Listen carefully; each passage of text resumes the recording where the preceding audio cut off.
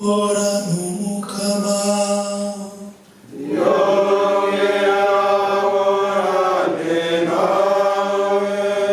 ivyo dusoma mu nkuru nziza yanditse Matayo.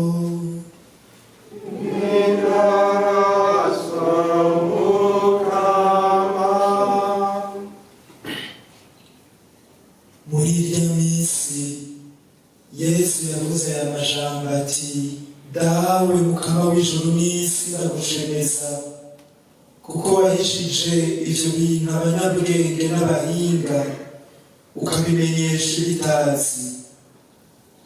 Niko dawe, kuko ariko wabishatse. Dawe yarampaye ibintu byose, kandi nta n'umwe amenya mwana atari se, kandi ntawe umenya se atari mwana, be n'uwo mwana azoba yamumenyesheje. Iryo ni ijambo ry'umukama.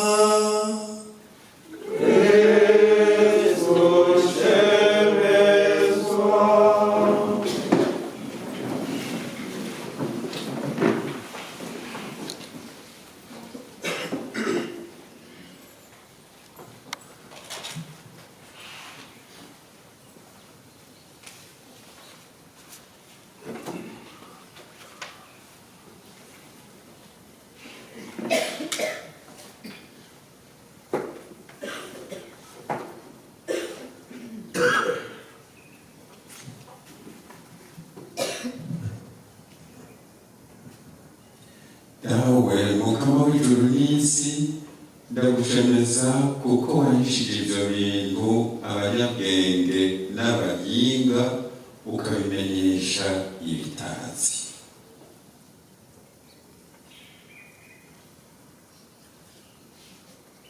Twumvise ayo majambo duca twumva ubudasa hagati y'inkuru nziza twashikirijwe ejo n'inkuru nziza y'uno munsi.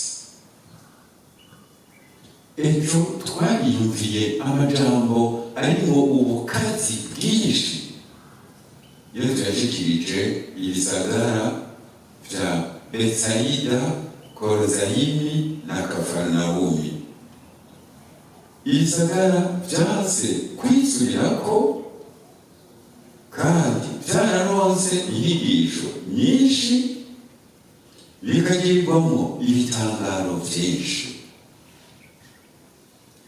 Niyaba Yesu yarashitse aho avuga ati: uragowe Korozayini, uragowe Betsaida, nawewe Kafarnawumi,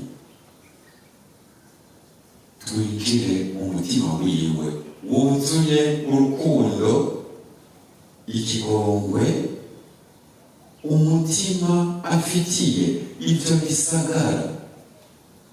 Twinjire no mu myitwarariko afise wo kubishikana k'ubukiriro.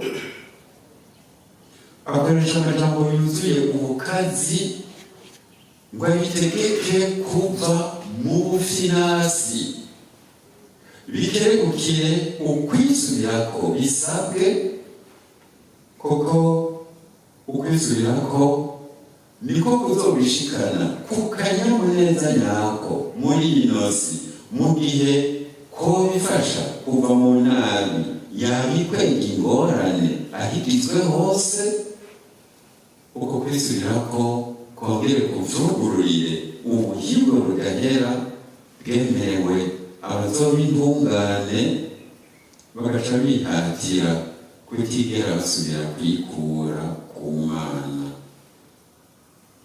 Ufatanye netwe uko kwisubirako ngo bishaka umwidegenzo canke vyitwaje izindi mvo, niko kwiroha n'impaka mu nzira y'amagorwa n'iy'urupfu.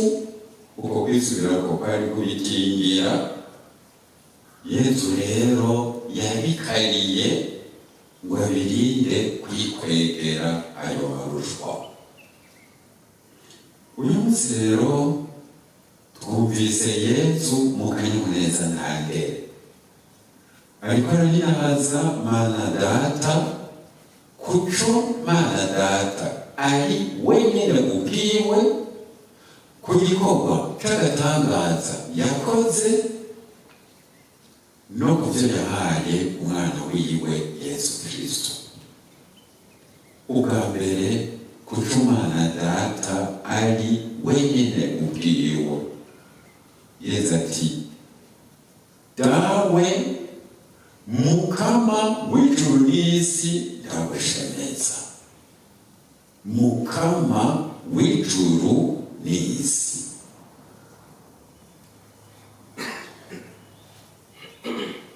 Ibyari bimenyerewe nuko Yesu yahora avuga Mana Se akoresheje amajambo asanzwe aserura ubunywanyi bafitanye.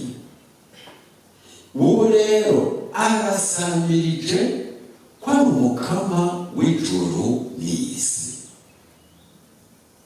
Tubanze twumve ngaha ko ari umuremyi yareshejeho ijuru n'isi imbere y'uko abibera Umukama. Twumve kandi ko ari we abiganza akabiyobora hamwe n'ibiremwa bindi byose biri muri byo. Ibyo yaremye byose rero niwe abigaho, kuva ku musenyi gushika ku nyenyeri, kuva ku nyegeri gushika ku bamarayika, kuva ku rume gushika ku kiyaga no kw'ibahari imbere.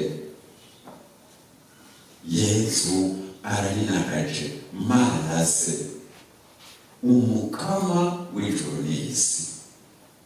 Twinjire natwe muri iryo nyinazwa nitwabura amajambo nyayo yo kurisamiriza, dushobore kwifashisha ayo dusanga muri rwa ruririmbo Imana inazwe mu ijuru, muri rwa ruririmbo Mutagatifu Mukama Mana y'ingabo, no mu mazaburi asamiriza irinazwa ry'Imana mu majambo y'ayo mazaburi ashobora guca atuzamo. Ubwa kabiri igikorwa c'agatangaza Mana Data yakoze. Yesu ati dawe Mukama w'ijuru n'isi ndagushemeza kuko wahishije ivyo bintu abanyabwenge n'abahinga ukabimenyesha ibitazi. Abanyabwenge, abahinga bishimira ubwo bwenge bwabo n'ubwo buhinga bwabo, kubura babona yuko barusha n'abandi bose, bagaca batwarwa n'ubwishime. Baba basanga hari byinshi bibasiga imbere y'Imana n'ibinyegezwa byayo, ariko abifata ruto bakemera ko ari bato kandi ko ari bakene, naho baba bafise ubukuru n'itunga muri ino si. Basanga Imana igumye bagaragariza ubuntu bwayo, urukundo rwayo, ikigongwe cayo, ikabaronsa n'umuco w'agatangaza ku binyegezwa vyayo. Hahandi abishimira ubwenge n'ubuhinga bwabo basanga bazi bike imbere y'Imana n'ibinyegezwa vyayo, abifata ruto bagasanga Imana yonyine ubwayo niyo ibaronsa umuco w'agatangaza kuri yo no ku binyegezwa vyayo. Tunazi Imana rero ishikaho yitwararika abakene n'abato bato, bice duhera ngaho dukunde ubwifate ruto ko bizotuma Imana yonyine ubwayo itwiyegereza, ikatwitwararika, ikaduhumira ibyiza byayo n'umuco wayo dukeneye. nitwa twakora mu bwishime ni twebwe nyene tuzoba twiyononeye. Icya gatatu, ibyo Imana Data yahaye umwana wayo Yesu Kristo. Yesu ati dawe yarampaye ibintu byose, kandi nta n'umwe amenya umwana atari se, kandi ntawe umenya se atari mwana, bene uwo mwana azaba yamumenyesheje. Uku kumenya kuvuzwe ngaha ni bwa bunywanyi bw'ukuri kandi bwuzuye. Nta n'umwe muri ino si mu bubasha bwiwe ashobora kwinjira mu bunywanyi bwa Mana Data.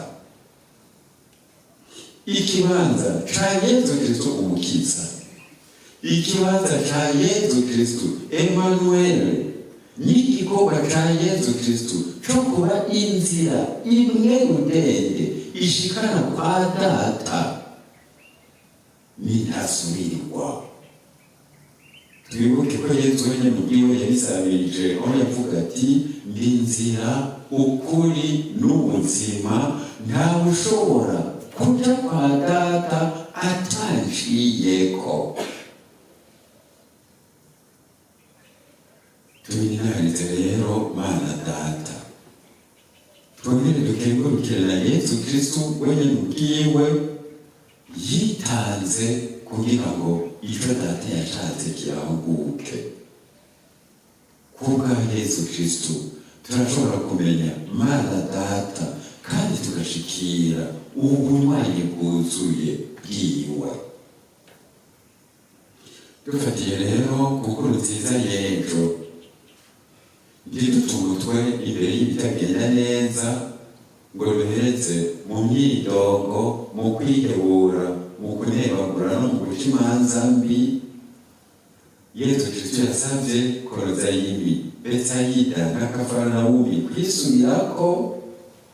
Na twebwe nidufashanye kugorora ibishobora kugororoka byose, ibitunaniye naho tubitura Imana mu gisabisho, ndizoreka kuturoza inema dukeneye ngo biranguke. Dufatiye ku nkuru nziza y'uno munsi, inyazo ry'Imana ntiryigere ribura, kandi dufite imbere yacu ibitangaza Imana yabikora, haba mu buzima bwacu, haba aho dushobora kugeza amaso n'amatwi.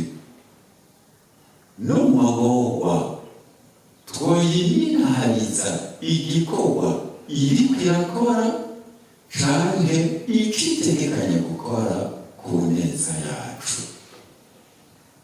Muri mperezwa y'Ukaristiya rero dusaba inema yo kwisubirako uko tubonye bikenewe.